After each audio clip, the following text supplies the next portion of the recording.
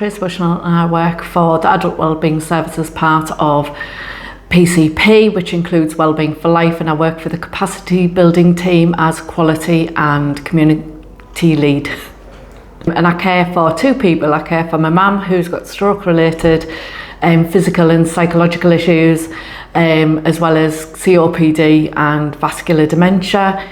And I also care for my daughter, who's on the autistic and ADHD pathway, who also has attachment and mental health difficulties as well. It is difficult, it's very difficult, because you tend to get the appointments all grouped together. So you can go months without an appointment and then suddenly they all come together.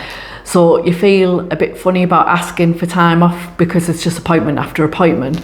But basically I use the policies that are there with PCP, your carers leave, your dependents leave. Well, for instance, if my mum rang us the other day and she'd done something to her foot, but because my mum has aphasia, so she can't speak properly, I didn't know what that was. So it could literally have been I've stubbed my toe, or it could have been, you know, I've broke my ankle.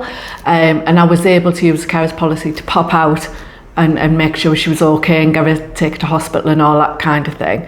And then also there's a lot of appointments with my daughter around the autism and ADHD, so it's allowed me to take time out of work to go do those appointments without adding more stress, because obviously it's quite stressful. My line manager was active in telling me about the policies. They didn't just wait for me to ask. When I said I was a carer, they actually told me the policies and we went through them together. Just be open and honest about any issues that crop up, and be honest about the type of caring role that you're doing, and just being honest about that and having those honest conversations when things might change.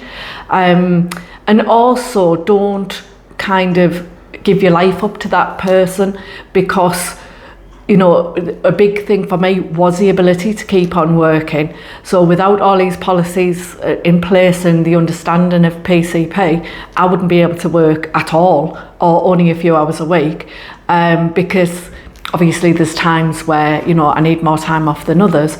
But this has meant that, you know, I can still continue with my career and still look after my mum and my daughter, and with a lot less stress.